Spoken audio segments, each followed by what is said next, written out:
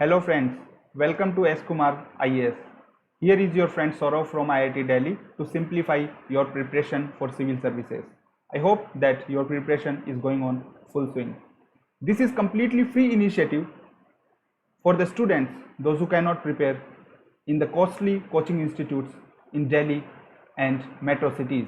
So if you feel benefited by this initiative, please like, please subscribe our channel and share it with as many students as possible to revolutionize the education system in general and civil services in particular.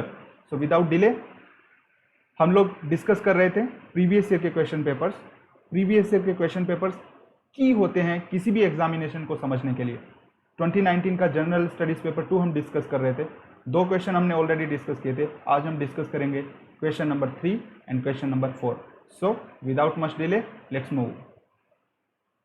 The third question in 2019 general studies paper 2 was that methods used by the farmers organization to influence the policy makers in India and how effective are these methods. Question पूरा ये था, what are? So it's a very simple question. That first we can start with the intro of farmer organization.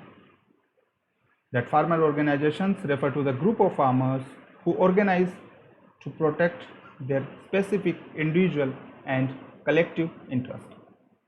Group of farmers who organize to protect their specific individual and collective interest. ये सब keywords है. For example, recent farmers protest in Punjab and Haryana. And आप जो example दे सकते हैं farmers union के, उसमें दे सकते हैं भारतीय किसान यूनियन, जय किसान आंदोलन, ऑल इंडिया किसान यूनियन, भारतीय किसान यूनियन, जय किसान आंदोलन, ऑल किसान union. So what are the methods? Quite simple. Dharna, for example, on Singhu border right now going on. Then rallies. Examples are always important. So give the example number 1. Rally in New Delhi by farmers on Republic Day. You may say Republic Day rally. Then आप बता सकते हैं rally in Maharashtra for implementing Swaminathan committee report. उसके बाद आप example दे सकते हैं by acting as pressure groups, क्योंकि इलेक्शंस के दौरान क्या होते हैं, फार्मर्स के वोट क्या होते हैं, डिसाइडिंग फैक्टर. देन बाई कैसे प्रेशर ग्रुप, एक तो इलेक्शन के दौरान, दूसरा by negotiating favourable policies. For example increasing MSP by sugar cane farmer जो यूपी के अंदर हुआ था. और फिर आप अदर रीजन लिख सकते हैं like throwing milk and vegetables on the road. Example दे सकते हैं राजस्थान में over price of perishable crops like tomato. Then blocking railways, then refusal to pay loans etcetera. इतने बहुत हैं, 5-7 आपने लिख दिए. देन उनकी जो इफेक्टिवनेस है, let us see effectiveness of the methods used by farmers organisation. इसमें आप एग्जाम्पल लेके ही बताएंगे कि कहाँ पे वो सक्सेसफुल हैं, कहाँ पे सक्सेसफुल नहीं है. For example, Tamil Nadu farmers demand were not met, centre wanted state to address the issues. दूसरा एग्जाम्पल है provision to keep MSP was ensure to the farmers during recent farmer protest. So यहाँ पे meet की गई थी, जो इफेक्टिव था उनका फार्मर्स का जो मूवमेंट था. Then centre did not met demand to withdraw recent farm acts. Bracket में लिख सकते हैं APMC reform act, essential commodities Amendment Act, and Act on Commercialization of Agriculture and Price Assurance.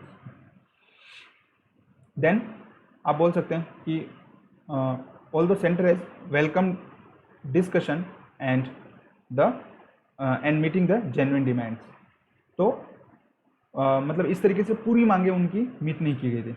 Then demand for loan waiver is widely accepted by state governments. Generally ये state governments होती हैं, वो ज़्यादा ही इसको एक्सेप्ट करती हैं, तो ये यहाँ पे मीट होती है. देन आप अनदर एग्जांपल दे सकते हैं, demand for MSP rise is accepted by the government. And then you can say that but Swaminathan committee report are not fully implemented. तो आप इस तरीके से भी लिख सकते हैं. आप ये भी लिख सकते हैं, इसके अंदर कंपार्टमेंटलाइज करके लिख सकते हैं कि जैसे फर्स्ट में आप लिख सकते हैं कि ways in which farmers movement are effective, ways in which farmers movement are not much effective और इनइफेक्टिव। और ये जो 6 पॉइंट बताए मैंने, इनको 3 कैटेगराइज कर सकते हैं। तो प्लस एंड माइनस दोनों पिक्चर आपकी मिल जाएंगे कि कहाँ पे इफेक्टिव है, कहाँ पे नहीं है। सो इफेक्टिवनेस है वो डिपेंड करता है जेन्युइननेस ऑफ डिमांड पे, उनकी डिमांड कितनी जेन्युइन है इस चीज़ पे डिपेंड करता है। So we can conclude this point that hence it will be right to say that effectiveness of the movements depend upon genuineness of the demand, capacity of the government and political will। बस ये 3 point बहुत हैं। Conclude करो, ख़त्म करो। Simple question को complicate नहीं करना है।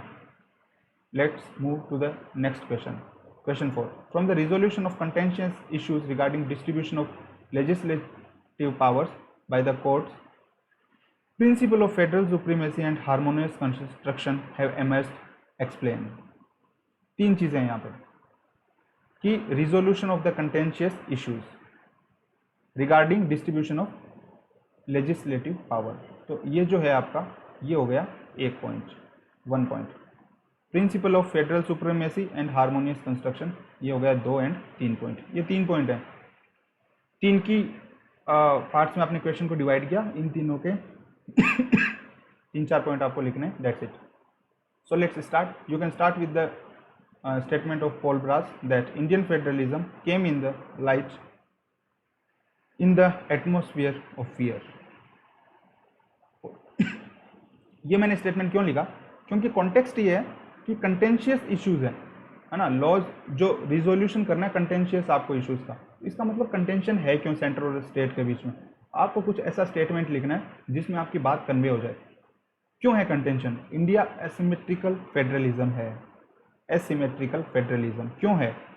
क्योंकि ये जो इंडियन फेडरलिज्म है ये बनाई ही कब गई थी?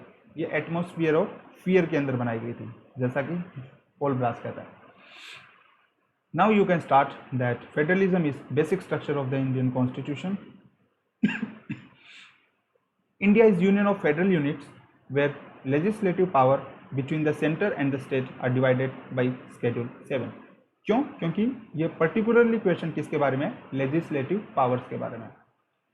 तो देखिए आप कुछ भी नहीं लिखना है, हम स्टेप बाय स्टेप वही चीज़ें लिख रहे हैं जो क्वेश्चन में पूछा है। सबसे पहले federalism basic structure, then legislative powers are divided by schedule 7, state list जिसके अंदर स्टेट लिस्ट जो है लिस्ट 2 है 7 शेड्यूल में, सेंट्रल लिस्ट लिस्ट 1 है। लिस्ट 1 में 100 आइटम्स, लिस्ट 2 में 66 items, but still there are frequent conflicts between the center and state due to the following constitutional provisions। ठीक है, लेजिस्लेटिव पावर ऐसे बांटा गया है, फिर क्यों कॉन्फ्लिक्ट है? कॉन्फ्लिक्ट इस वजह से आर्टिकल 249 कहता है कि parliament can legislate on the matters related to state list in the national interest. तो आर्टिकल 249 जो है, then 250 250 article says that parliament can legislate on the matter related to the state list during national emergency, article 352, article 352। तो article 249 national interest, article 250 in the context of national emergency, then in the context of concurrent list under schedule 7 center always have upper hand, then residual powers are always lying with the center। so ये सब reasons हैं क्यों tussle रहता है legislative powers को लेकर। For example आप बोल सकते हैं, कुछ टसल का एग्जाम्पल दे सकते हैं। Protest by Punjab and Haryana over recent farm acts, Punjab and Haryana governments आप लिख सकते हो। Then protest over citizenship amendment act by Kerala and West Bengal. ये 2 जो लेजिस्लेचर है उनका टसल आपने बोल दिया। देन आप तीसरा बोल सकते हैं कि over use of disaster management act of 2005 during covid pandemic. कई स्टेट्स और सेंटर के बीच में टसल इसको लेकर रहा था। अब अपन दोनों डॉक्ट्रिन्स का बात करेंगे कि supreme court has given following 2 doctrines to deal with the legislative disputes. कैसे इनका जो दोनों डॉक्ट्रिन्स हैं उनका वो डेवलप हुए। First one, principal of federal supremacy. नाम से ही सीधा सा क्लियर है, जो फेडरल आपकी यूनिट है वो सुप्रीम है। तो इन केस ऑफ सुप्रीम, जो SR बोम्मई केस के अंदर सुप्रीम कोर्ट ने बोला कि in case of conflicting laws central law will always prevail over the state laws. SR Bommai में सुप्रीम कोर्ट कहता है both centre and state are supreme in their own sphere but central law will prevail for concurrent list. जहां पे conflicting law है वहाँ पे भी centre का लॉ प्रिवेल करेगा, जहाँ पे कॉन्करेंट लिस्ट है वहाँ पे भी सेंटर का लॉ प्रिवेल करेगा। वो दोनों इंडिपेंडेंटली भले ही सुप्रीम हो सकते हैं, ठीक है। तो इसका मतलब फेडरल सुप्रीमेसी हो गई ना इसके अंदर। Then West Bengal case of 1963, इसके अंदर सुप्रीम कोर्ट ने कहा कि आर्टिकल 131 वॉज इन्वोक। इसमें आर्टिकल 131 जो था, स्टेट जो है उन्होंने इसको इन्वोक किया था, लेकिन सुप्रीम कोर्ट ने क्या कहा, सुप्रीम कोर्ट ने कहा कि भाई legislative power of the state है, they are always subjected to the supreme law making power of the union. Again federal supremacy. दो केस को याद रखिए, SR Bommai case and West Bengal case 1963। Then principle of harmonious construction, it means that, थोड़ा बता दीजिए, it means that provision of a statute should not be interpreted in isolation, they should be interpreted as a whole to remove confusion। भाई दो अगर law हैं अलग अलग तो उनको इस हिसाब से इंटरप्रेट नहीं करना है कि कॉन्फ्लिक्ट क्रिएट हो, इस हिसाब से इंटरप्रेट करना है कि कन्फर्मिटी हो, हार्मोनियस कंस्ट्रक्शन, हार्मनी हो दोनों के बीच में, इस तरीके से। इसमें क्या एग्जांपल दे सकते हैं, इसमें एक लैंडमार्क जजमेंट है CIT versus Hindustan bulk carriers case, CIT versus Hindustan bulk carrier case, CIT versus Hindustan bulk carrier case, CIT versus Hindustan bulk carrier case, रट लो इसको।